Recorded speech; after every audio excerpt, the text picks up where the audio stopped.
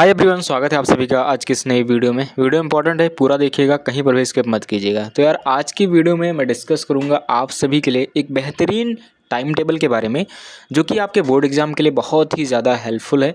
और अगर आप इस टाइम टेबल को फॉलो करते हो, ठीक है, तो आपके एग्ज़ाम में बहुत ही अच्छे नंबर आ सकते हैं। तो यार वीडियो इंपॉर्टेंट है, मैंने पहले ही बताया। वीडियो को फटाफट से लाइक कर दो और सब्सक्राइब कर लो चैनल को, क्योंकि यहाँ पर और भी इसी तरीके की वीडियोज़ मिलती रहती है। तो यार वीडियो शुरू करने से पहले मैं आपको बताता हूँ कुछ ऐसी चीज़ें जो कि आपको ध्यान में रखना चाहिए। अगर आप पढ़ाई कर रहे हो, एग्ज़ाम की प्रिपरेशन कर रहे हो और आपका गोल है कि आप 98% 99% अपने एग्ज़ाम में अचीव करो, तो यार उसके लिए ना सबसे पहले आपको इन 4 चीज़ों के बारे में जानना बहुत ज़्यादा ज़रूरी हो जाता है। मैंने ये स्लाइड बनाया है आप सभी के लिए, ये इंपॉर्टेंट स्लाइड है और मैंने कोशिश किया है कि जो मैं आपको यहाँ पे समझा रहा हूँ वो आपके दिमाग में बैठ जाए अच्छे तरीके से। और अगर आप इन टाइम टेबल को फॉलो करते हो जो मैंने आपको बताया है, तो आपके एग्ज़ाम में बहुत ही अच्छे मार्क्स आ सकते हैं। तो यार सबसे पहले यहाँ पर आप देख सकते हैं कि हमारे पास में है कि wake up early in the morning. अब यार आप लोग कहोगे कि मैं तो सुबह जल्दी नहीं उठ पाता हूँ। भाई बहुत लोगों के साथ में ये प्रॉब्लम होती है, ठीक है। लेकिन अगर आपका गोल है 98% 95% मार्क्स अचीव करने के लिए, तो यार सबसे पहले आपको ना सुबह जल्दी उठना पड़ेगा। अब यार अगर सुबह जल्दी नहीं उठ पाते हो, आपके केस में ऐसा बिल्कुल भी नहीं है भाई, आप उठ ही नहीं सकते हो, तो यार इसके लिए ना फिर तुम्हें रात को लेट नाइट पढ़ना पड़ेगा। अब आप कहोगे मैं पढ़ता हूँ, ठीक है, अच्छी बात है, पढ़ते हो, लेकिन मैं यहाँ पे कुछ ऐसे टाइम टेबल को डिस्कस करूँगा, उन टाइम टेबल को भी आपको फॉलो करना पड़ेगा। अगर आप लेट नाइट पढ़ाई करते हो या फिर सुबह जल्दी नहीं उठ पाते हो, तब भी आपको ये टाइम टेबल फॉलो करना है। अगर आप सुबह जल्दी उठ जाते हो तो ये आपके लिए बहुत ही अच्छी बात होगी और इन टाइम टेबल को फॉलो आपको भी करना होगा, ठीक है। सुबह जल्दी उठो, नहीं उठ पा रहे हो कोई बात नहीं है, ठीक है। लेकिन हाँ, एक बात याद रखना कि रात में जब आप सोने से पहले ये सोचते हो अगर कि मैं सुबह जल्दी उठ करके पढ़ाई कर लूँगा और आप नहीं उठ पाते हो, ठीक है, तो फिर आपको रात में लेट नाइट पढ़ाई करना चाहिए, क्योंकि यार आप नहीं उठ पाओगे, समझ रहे हो, और एक एक दिन आपका ऐसे ही निकलता जाएगा। दूसरी बात ये है, दूसरी चीज़ टिप्स या कुछ भी कह लो यार, यहाँ पे है डू हार्ड वर्क फॉर गोल। अब यहाँ पे यार तुम लोगों को ना बहुत ही ज़्यादा कड़ी मेहनत करना पड़ेगा, क्योंकि आपके एग्ज़ाम में ऑलमोस्ट 1.5 महीने का टाइम बचा हुआ है, ठीक है। और इन 1.5 महीने में आपको इतनी तगड़ी प्रैक्टिस करनी है, इतनी तगड़ी प्रिपरेशन करनी है कि आपके एग्ज़ाम में बहुत ही अच्छे नंबर आ सकें। अब यार यहाँ पे हार्ड वर्क करना है, ठीक है, अपने गोल को अचीव करने के लिए। यार हमेशा अपने दिमाग में रखो कि मुझे 98% लेकर के आना है, ठीक है। आप अपने बोर्ड में दीवार में चिपका लो 98%, ठीक है, उस गोल के पीछे भागते रहो, ठीक है, हार्ड वर्क करो, ठीक है। अब यहाँ पे हम बात करते हैं तीसरी चीज़ के बारे में, जो कि है कंसिस्टेंसी। यार एक दिन पढ़ाई करने के बाद में 2 दिन अगर आपने नहीं पढ़ा है, फिर तीसरे दिन आपका पढ़ने का मन नहीं करेगा, ठीक है। और अगर आप कंसिस्टेंसी के साथ में लगातार पढ़ाई करते हो, तो फिर आपकी पढ़ाई भी अच्छी होती है और आपका मन भी करता है पढ़ाई करने के लिए, समझ रहे हो। तो आपको कंसिस्टेंसी बरकरार रखनी है, कंसिस्टेंसी बहुत ज़्यादा ज़रूरी होता है। चौथी चीज़ के बारे में बात करूँगा, वो है सेल्फ एनालिसिस। अब यार आपने कितना पढ़ा है, ठीक है, वो आपको कैसे पता चलेगा। सेल्फ एनालाइज करो, ठीक है, कि मुझे कितना आता है। प्रीवियस ईयर के क्वेश्चन पेपर सॉल्व करो, टेस्ट दो खुद से, ठीक है। बहुत सारे ऐसे क्वेश्चंस मिल जाएंगे जिनको आपको सॉल्व करना है, तब आपको पता चलेगा कि यार मैं कितना अभी तक पढ़ चुका हूँ या फिर कितना मैं कमज़ोर हूँ और मुझे तैयारी करने की ज़रूरत है। तो यार सेल्फ एनालिसिस आपके लिए बहुत ही इंपॉर्टेंट होता है अगर आप अपने आप को जानना चाहते हो, ठीक है। अब ये हो गई मोटी मोटी बात कि हमें किस तरीके से आगे पढ़ाई करना है, हमें किस तरीके से टाइम टेबल बनाना है, उसके बारे में बात करते हैं। तो यार यहाँ पे मैंने कुछ ऐसे स्लाइड्स को डिस्कस किया है जो कि आपके एग्ज़ाम के लिए बहुत ही इंपॉर्टेंट है। तो यहाँ पे मैंने टाइम टेबल के बारे में डिस्कस किया। यार टाइम टेबल आप देख सकते हो, ठीक है। तो अगर आप पीसीएम से हो, फिजिक्स केमिस्ट्री और मैथमेटिक्स से हो, उसके स्टूडेंट हो, आपके लिए बहुत ही अच्छा ये प्लेटफॉर्म है, ठीक है। यहाँ पे मैथ आपको पढ़ना है 2 घंटे, फिजिक्स पढ़नी है 2 घंटे, केमिस्ट्री पढ़नी है 2 घंटे। अब मैंने ये लिख दिया है, ठीक है, आप अपने अकॉर्डिंग भी कर सकते हो, लेकिन अगर आप नहीं कर पा रहे हो तो इन टाइम टेबल को आपको फॉलो करना है, ठीक है। 2-2 घंटे सभी को पढ़ना है, ठीक है। आपके 6 घंटे ये टोटल हो गए, समझ रहे हो, 6 घंटे आपके ये टोटल हो गए।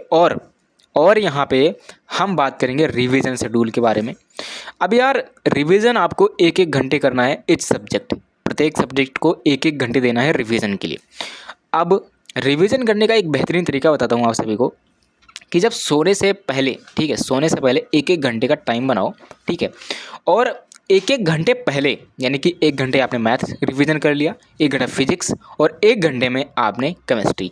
अब यार जो पूरे दिन में आप पढ़ाई करोगे ना, वो अगर 1-1 घंटे में रिवीजन कर लोगे तो आपके माइंड में वो बैठ जाएगा, वो चीज़ें बैठ जाएगी, ठीक है। तो बिफोर स्लीप यानी कि सोने से पहले आपको 1-1 घंटे रिवीजन करना है, ठीक है। जो पूरे दिन में आपने पढ़ा है, ठीक है, आपने न्यूमेरिकल सॉल्व किया है, आपने थ्योरी पढ़ा है, आपने डेरिवेशन पढ़ा है, आपने मैथ्स के प्रॉब्लम सॉल्व किए हैं, तो फिर आप उन्हीं को रिवीजन करना है, ठीक है। तो आप अगर डेली रिवीजन करते रहोगे तो फिर आपका जो है ज़्यादा भार नहीं पड़ेगा, आपका रिवीजन होता रहेगा और आपको हमेशा लंबे समय के लिए याद रहेगा। अब हम आगे बढ़ते हैं। देखो पढ़ना क्या है ना, हमने तो बता दिया कि भाई 2-2 घंटे हमें पढ़ना है, ठीक है, लेकिन पढ़ना क्या है, रिवीजन भी हमने कर लिया, ठीक है। अब यार बहुत लोगों के मन में ये सवाल आता होगा या फिर आ रहा होगा कि भैया मैं कोचिंग जाता हूँ, स्कूल जाता हूँ, यार मैं कैसे टाइम मैनेज करूँगा।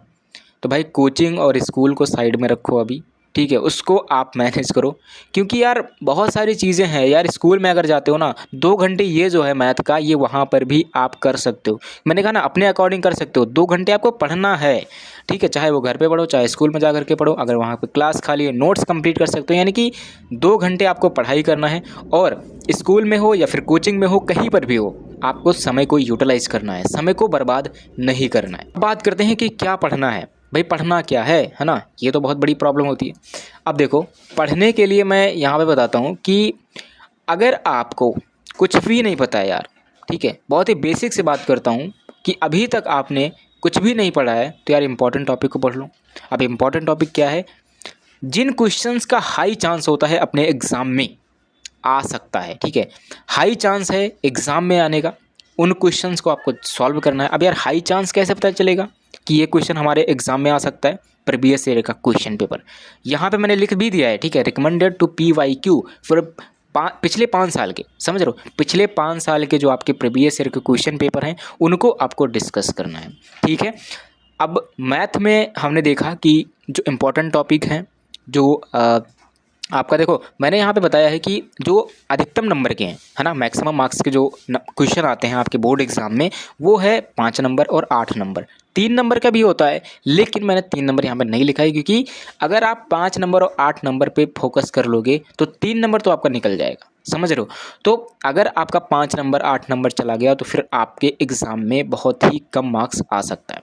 तो मैक्सिमम मार्क्स पे टारगेट करो, हाई चांस जिस क्वेश्चन का है आपके बोर्ड एग्ज़ाम में आने वाला, उस पर टारगेट करो। और प्रैक्टिस आपकी होनी चाहिए, बहुत ज़्यादा ज़रूरी है। प्रीवियस ईयर का क्वेश्चन पेपर पिछले 5 साल के आपको सॉल्व करना है, मैथ का हो, केमिस्ट्री का हो, फिजिक्स का हो, किसी का भी हो, ठीक है। अभी आपके पास में 1.5 महीने हैं, इनमें आपको बहुत ही कड़ी मेहनत करना है। मैंने लिखा ना, हार्ड वर्क करना है अपने गोल के लिए। अब यार केमिस्ट्री में बात करते हैं। केमिस्ट्री में भी इंपॉर्टेंट रिएक्शंस होती हैं, कैसे पता चलेगा कि कौन सी इंपॉर्टेंट रिएक्शंस हैं, प्रीवियस ईयर के क्वेश्चन पेपर, है ना। फिर हम बात करते हैं यहाँ पे थ्योरी के बारे में। यार केमिस्ट्री अगर पढ़ रहे हो ना तो उसमें थ्योरी भी आती है। थ्योरी 3 नंबर की भी आ सकती है, ठीक है, 2 नंबर की आती है और 1 नंबर की भी आ सकती है। तो यार थ्योरी आपको तैयार करना है, लेकिन मैक्सिमम मार्क्स के जो नंबर हैं, इंपॉर्टेंट रिएक्शंस हैं, ये 5 नंबर की पूछी जाती हैं, तो इनको सबसे पहले तैयार करना है। फॉर्मूले भी आपको याद रखना है, क्योंकि कभी कभी ना ऐसा भी होता है कि आपको क्वेश्चन मिलेगा कि भाई इसका फॉर्मूला बताओ और आपका 3 नंबर मिल जाएगा। तो फॉर्मूला भी बहुत ज़्यादा ज़रूरी होता है। उसके बाद में हम फिजिक्स में बात करते हैं, इंपॉर्टेंट डेरिवेशन जो 5 नंबर और 3 नंबर का आता है। या डेरिवेशन ना फिजिक्स में जो है 5 नंबर का मैक्सिमम मार्क्स का आता है, ठीक है।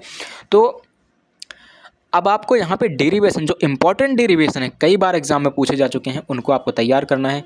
कैसे पता चलेगा, रिकमेंडेड है यहाँ पे PYQ, ठीक है, पिछले 5 साल के। तो यार मैंने जो बताया है, ठीक है, अगर आप इन सारी चीज़ों को फॉलो कर लेते हो तो मैं गारंटी के साथ कह सकता हूँ कि आपके बोर्ड एग्जाम में बहुत ही अच्छे नंबर आएंगे।